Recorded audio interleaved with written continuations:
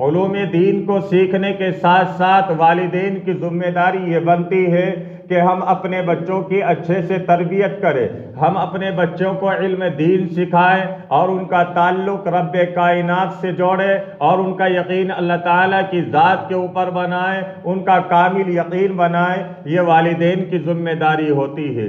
اور بچے کا جو سب سے پہلا جو مدرسہ ہوتا ہے وہ ماں کی گود ہوتا ہے۔ بچے کا جو سب سے پہلا مدرسہ ہے، بچے کے مدرسے کی جو سب سے پہلی بنیاد ہے، جو پڑھنے والی بنیاد ہے، وہ ماں کی گود ہے۔ ماں کی گود ایک ایسا مدرسہ ہے جو بچے کے یقین کو بناتا ہے، جو بچے کے کامل یقین کو بناتا ہے۔ والدین کی ذمہ داری ہے کہ وہ اپنے بچے کو تعلیم کے ساتھ ساتھ اس کی دینی تربیت بھی کرے، کیونکہ ہم نے خود دیکھا ہے کہ ہمارے والدین نے ہمیں کس طریقے سے گائیڈ کیا، ہماری والدہ نے ہمارے لیے کس طریقے سے مشقتیں اٹھائی ہیں، کس طریقے سے تکلیفوں کو برداشت کیا ہے۔ آج ان کی قربانیوں کو دیکھ کر دل کے اندر احساس ہوتا ہے اور سمجھتے ہیں کہ واقعی ہمارے والدین نے جو ہمارے لیے قربانی دی ہے کہ ہم اس کا شکر گزار مرتے دم تک نہیں کر سکتے ہیں، کہ میری ماں نے کس طریقے سے اپنی گود سے اٹھا کر مجھے 40 کلومیٹر دور مدرسے کے اندر داخل کرا دیا تھا، جبکہ میری عمر 7 سال کی تھی۔ میں اپنی والدہ کے پاس میں لیٹتا تھا، میں اپنی والدہ کا بہت ہی پیارا تھا کہ والدہ مجھے اپنے سینے سے لگا کر کے لٹاتی تھی، لیکن علم دین کے لیے میری والدہ نے مجھ سے اپنے سے جدا کر کے 40 کلومیٹر دور بھیج دیا تھا۔ میری والدہ بتاتی ہے کہ رات کو میں کروٹیں بدلتی رہتی تھی، رب سے فریاد کرتی رہتی تھی کہ اپنی ادھر محبت تھی، ادھر محبت کا تقاضا تھا اور ادھر علم دین کا تقاضا تھا۔ میری والدہ فرماتی ہے کہ میں رات کو اٹھ کر کے سویا نہیں کرتی تھی، رب سے دعا کرتی تھی اور دل کے اندر یہ خیال ہوتا تھا کہ نہ جانے میرا بچہ کس حال میں ہوگا، کیسی مشقتوں میں کو برداشت کر رہا ہوگا، کہ اس وقت مدارسوں کے اندر ایسی فیسلٹی بھی نہیں تھی، گرم پانی وغیرہ اور اسی طریقے سے نہانے دھونے کی، ناشتہ بھی نہیں ملتا تھا، 2 وقت کا کھانا ملتا تھا۔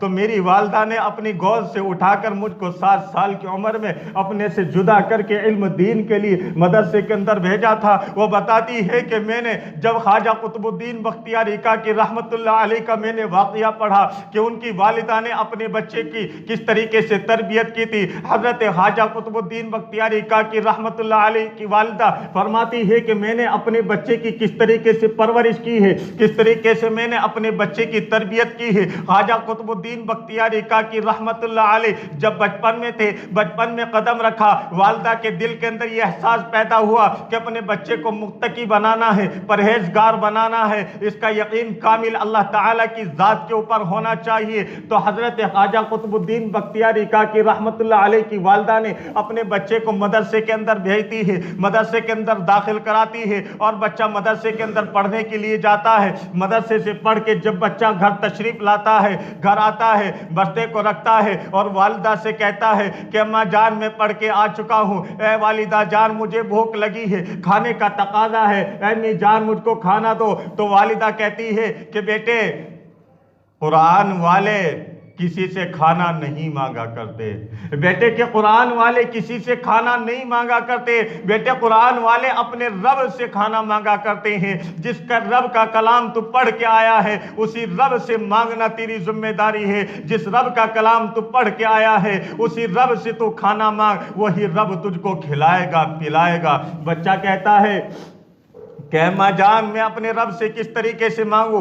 ان کی والدہ کہتی ہے کہ بیٹا مصلی بچھاؤ اور 2 رکعت نماز ادا کرو اور رب کے سامنے ہاتھ پھیلاؤ، رب کے سامنے آہت جاری کرے کہ تو اللہ تبارک و تعالیٰ تم کو کھانا دے گا۔ والدہ نے کھانا پہلے سے بنا کر بستروں کے اندر چھپا دیا تھا۔ بچہ نماز پڑھتا ہے، رب کے سامنے ہاتھ پھیلاتا ہے اور کہتا ہے کہ اللہ میں بھوکا ہوں مجھ کو کھلا دے، ننھے ہاتھ پھیلاتا ہے اور والدہ کے سامنے کہتا ہے کہ اماں میں کھانا مانگ چکا ہوں رب سے۔ والدہ کہتی ہے کہ بیٹا تیرے رب نے کھانا کہیں بھیج دیا ہوگا، بیٹا تو تلاش کر لے۔ بچہ کپڑوں کے اندر کھانے کو تلاش کرتا ہے، کھانا مل جاتا ہے، کھانا اٹھا کر کے کھاتا ہے۔ حضرت خواجہ قطب الدین بختیاری کاکی رحمت اللہ علیہ کی والدہ نے اپنے بچے کا یقین یہ بنا دیا تھا کہ بچہ مدرسے سے پڑھ کے آتا اور رب کے سامنے ہاتھ پھیلاتا، 2 رکعت نماز پڑھتا اور رب کے سامنے ہاتھ پھیلاتا، پھر کھانے کو تلاش کرتا تو کھانا اس کو مل جایا کرتا تھا، وہ کھانا کھا کر کے ہنسی خوشی اور خوش و خرم سو جایا کرتا تھا۔ ایک دن والدہ کو ایسا اتفاق ہوا کہ وہ رشتہ داری کے اندر کسی غرض کی وجہ سے چلی جاتی ہے اور وہاں جا کے یہ بھول جاتی ہے کہ میں اپنے بچے کے لیے کھانا بنا کر کے نہیں آئی۔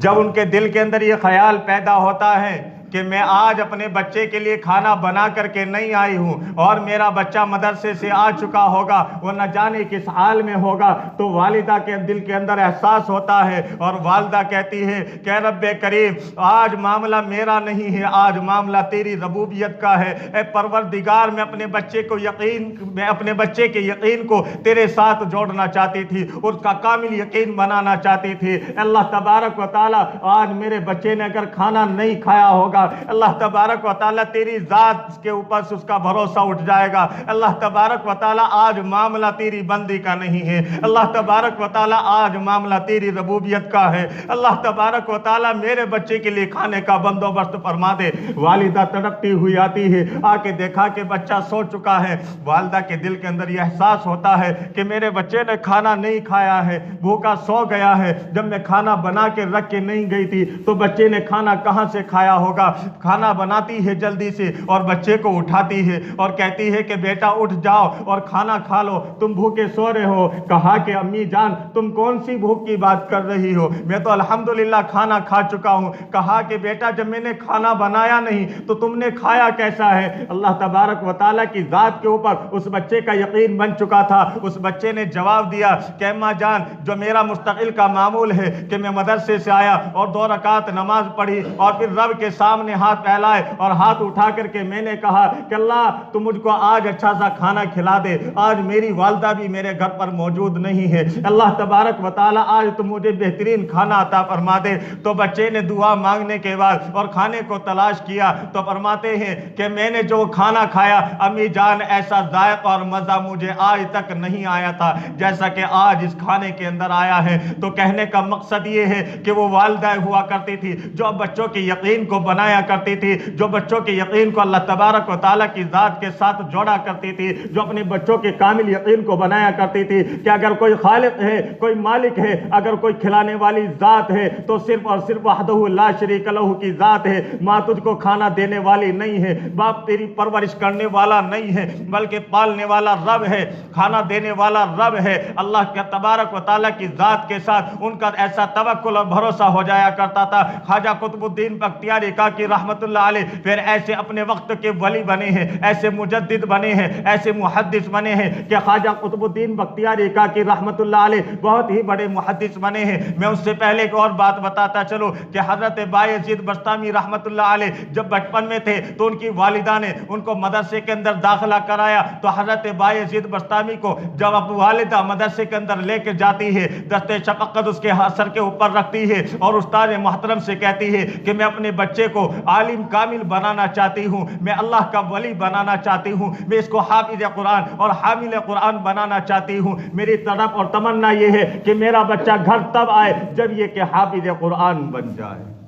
حضرت بایزید بستامی رحمت اللہ علیہ مدرسے کے اندر تعلیم حاصل کر رہے ہیں، قرآن کریم کا حفظ کر رہے ہیں، استاد سے اجازت چاہتے ہیں کہ میری والدہ تنہا ہے، میری طبیعت کر رہی ہے اور مجھے والدہ کی یاد آ رہی ہے کہ استاد محترم اگر آپ اجازت دیں تو میں اپنی والدہ سے ملاقات کے لیے جا سکتا ہوں۔ استاد محترم نے اجازت دے دیتے ہیں۔ حضرت بایزید بستامی رحمت اللہ علیہ اپنی والدہ کے دروازے پہ جاتے ہیں، دروازہ بند ہے، کنڈی کھٹکھٹائی جاتی ہے، اندر سے آواز آئی، کہا کہ کون ہے؟ کہا کہ اماں میں یزید ہوں۔ تو والدہ نے اندر سے جواب دیا کہ میرا بھی ایک یزید تھا جس کو میں نے مدرسے کے اندر پڑھنے کے لیے بھیجا تھا، جس کو میں نے مدرسے کے لیے قرآن کریم کا حفظ کرنے کے لیے چھوڑ کے آئی تھی کہ میرا بھی یہ یزید تھا۔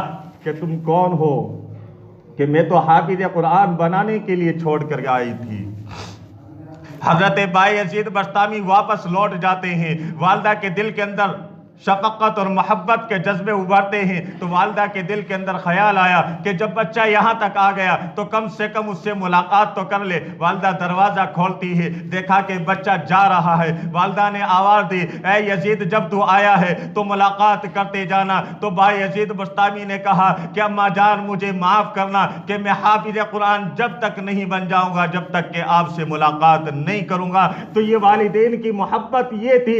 آج ہم سمجھتے ہیں کہ آج ہمارے بچے گلی کوچوں اور چوراہوں پر فحاشی کر رہے ہیں، آج ہمارے بچے ویران پھر رہے ہیں، آج ہمارے بچے علم دین سے دور ہیں، آج ہمارے بچے اسی طریقے سے ضائع ہو رہے ہیں۔ اور آج ہم کہتے ہیں کہ ہمیں اپنے بچوں سے پیار ہے، محبت ہے۔ محبت وہ تھی کہ جو والدین اپنے بچوں کو تربیت کیا کرتے تھے، علم دین کے لیے اپنے بچوں کو جدا کر دیا کرتے تھے، محبت وہ تھی۔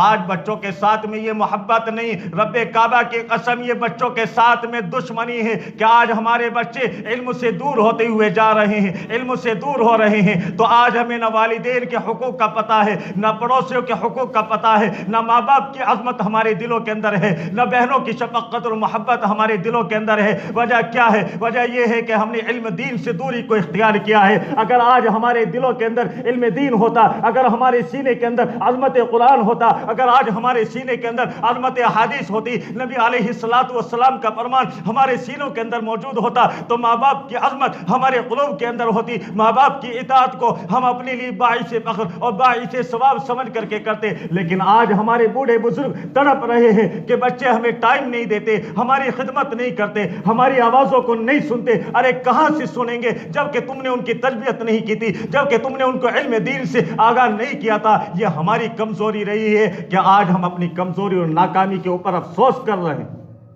میرے بھائیو ہم کس دور کے اندر جا رہے ہیں؟ خواجہ قطب الدین بختیاری کاکی رحمت اللہ علیہ پھر ایسے وقت کے ولی بنے ہیں، ایسے محدث بنی ہیں کہ جب ان کا آخری وقت آتا ہے تو وہ 4 شرطیں لگا دیتے ہیں کہ میرا جنازہ وہ شخص پڑھائے گا کہ جس کے اندر 4 شرطیں پائی جائیں۔